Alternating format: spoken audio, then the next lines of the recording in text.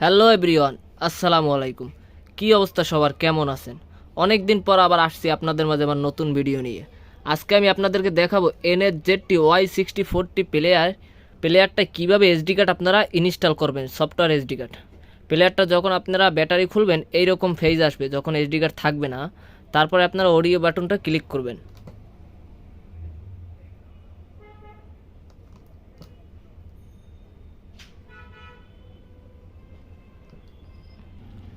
Audio button click করে ধরে রাখার পরে একটু পরে দেখবেন যে আপনার প্লেয়ারটা ফোল্ডিং হয়েছে।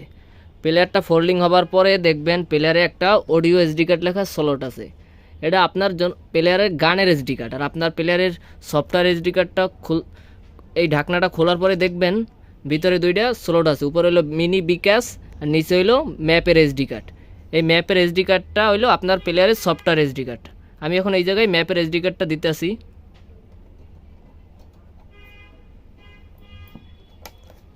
ম্যাপের এসডি কার্ডটা দেওয়ার পরে সাথে সাথে এই দেখেন প্লেয়ারটার এসডি কার্ডটা লোড হইতে আছে।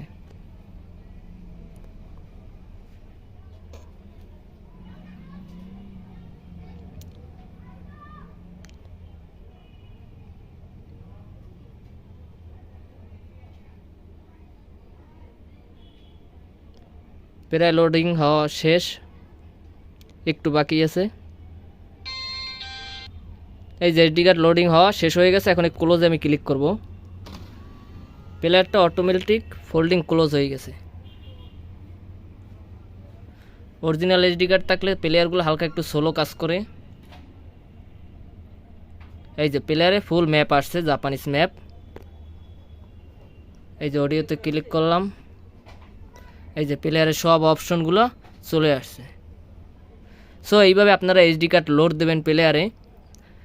আজকের ভিডিওটা এই পর্যন্তই ছিল। আশা করি সবাই ভালো থাকবেন, সুস্থ থাকবেন। আর ভালো লাগলে আমার চ্যানেলটা সবাই সাবস্ক্রাইব করবেন।